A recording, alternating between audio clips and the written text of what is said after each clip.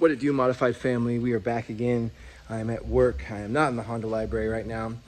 I am sourcing together tools because in my haste to leave today, I forgot to grab any of my tools. So I have a few sockets here. My spring compressor tool came for the valves, like valve compressor tool. So I'm gonna see what I can do. I brought a spare head, which has a couple valves that should be good and not bent or not burnt like the project we're working on today. We're back on the white EK. It's in 1997. So this is video number 2. So I hope to get a lot of it apart. I'd like to get the head off today. I have limited amount of time before I need to go get my daughter today. And so here goes nothing. So just give me 5 on my black hand side and let's go. I work next to a foundry and they're always grinding and doing stuff that's hella loud. So I'll try to take that into account when I'm doing stuff. Today, when I come through here, I'm gonna disconnect the battery, which I should have done the day I parked this thing, but it'll be fine. So I gotta disconnect that. I'm gonna take off the air box, probably take off the distributor just to make it easier. I'll take off the headers, but I'm not gonna take them all the way off. I'm just gonna take them off the head and pull it back. I'm gonna drain the oil, I'm gonna drain the coolant. Those are all outside stuff I'm gonna do. Then I'm gonna unplug everything from the wiring harness that would prevent me from getting this head off. I'll take off this fuel return line, and then that should be pretty good. So inside, these are some of the things that we have to work with. I bought a new set of sockets. I'm borrowing this right now. Screwdriver with a magnetic end. Good. And then the spring compressor tools right here. I have a new head gasket. Not that I think that was a problem, but like I said, it's open. I'm gonna throw a new one in there. So when this has a new home, everything will be 100%. This is the part number on that. I do like the Felpro multi-layer steel gasket. That's the one I use. And the Felpro again for a new valve cover gasket set, so that'll be all refreshed. This is the head. This is actually a GSR head, but I think that the B series valves are very similar, and so exhaust valves should be the same, intake valves should be the same. So I will be working on this side. So I'm gonna pull all this stuff out and compress it. I did not, like I said, bring any of my stuff. So I don't have gloves. I gotta do this raw. I do not have my tools, and so I'm just gonna do what I can with these tools right there. It's pretty easy to disassemble this stuff because none of it was tight. It was just kind of loosely put on. So I did it all by hand, but I think those are all 12s and maybe 14s, and obviously deep to get past a lot of these things. And then these ones are 10s, but once again, are all hand tight. So here's the tool. It's definitely a conundrum because it comes with washers and crush washers. You cannot fit both of these on these with there being any threads to catch. Even with these washers on here, I don't know if there's enough threads going in, so I'd hate to damage this head just to get these out.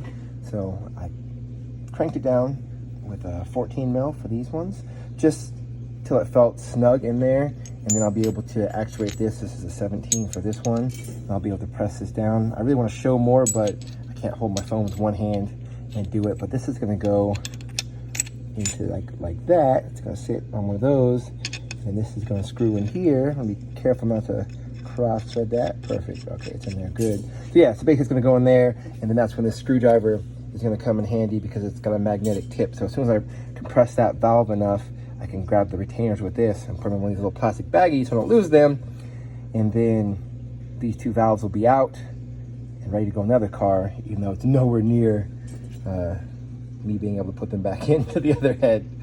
And I still got to see what that head looks like. Once we get in there, it could be a total nightmare, so I don't really know. I want to give a pretty good visual if I can. So this is compressing this one. I already got this one out. So if I put this in here, stick. Okay, should be loose. Okay, I think one of them fell out. Very gently, without losing it. Bam, that's the piece. There's 2 of these. They're taken out with your magnetic tool. It's a lot easier with a magnet. If you don't have a magnet, you got very small hands to get in there. But yeah, both these will come out, then they should just slide out. All right, both the valves are out. They look pretty straight. It's hard to tell just by looking at them, but I feel like they are because this was a perfectly good running head. They have a lot of carbon buildup right here, so I'm probably gonna have to lap the valve with some lapping compound. I've seen that done before.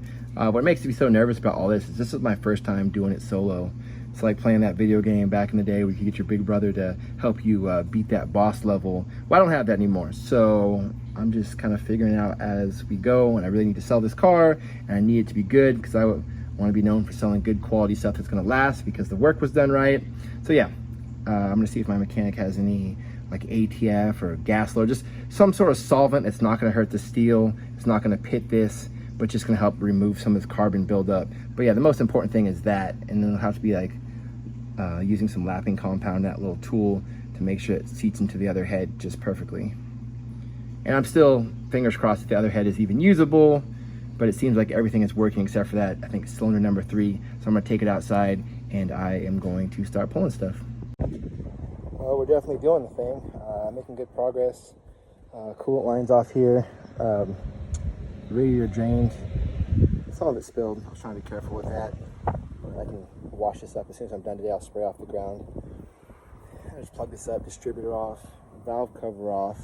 I'm not taking this stuff off till I crank these to TDC, and then the timing should be set. I'm gonna leave it there so that it's easy to put back when we come back to do it later. Strut tower bar needs to come off. A few more things need to be disconnected. This fuel return line, the fuel filter right there, a few lines on the back, and then these clips will come off the injectors and the throttle cable, because I'm going to be able to lift this whole head off. And then still the exhaust, so I'm going to pull that. So those are all the things we're still working on. We're making good progress. I probably have about 30 more minutes before I need to get my daughter. So we're doing the thing. All right, family, got everything cleaned up. Got my borrowed tools back here, plus the few I brought. You got to respect people's stuff. I kept things as organized as possible. Usually I have a bunch of Ziploc bags just so I don't lose things. But this is the donor head that had the 2 valves that we needed. They're soaking in ATF. This should be caustic enough to work on that corrosion with like its detergent in there, but it should not hurt the steel.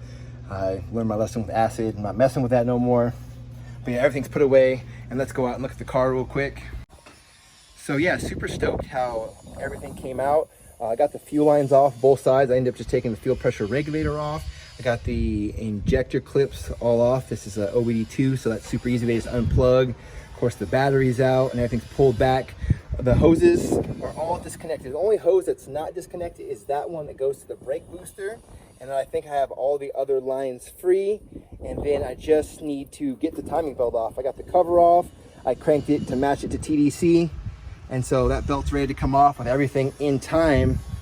And I just put the valve cover back on. I tried to plug up some of these holes over here, both to keep coolant from leaking out, as well as to not let any dust or dirt get in. And the spark plugs are still in each of these holes, so they are sealed up as well, and the hood will be closed. So it'll be safe till I can come work on this again. But yeah, I feel super stoked, super blessed that this works so well. Usually I always run into problems, but I took it slow. I didn't have an electric impact. I just had my hand tools and worked till it was done. So I'd say we are a quarter of the way done. Thank you for sticking with me, guys. I'll see you next time.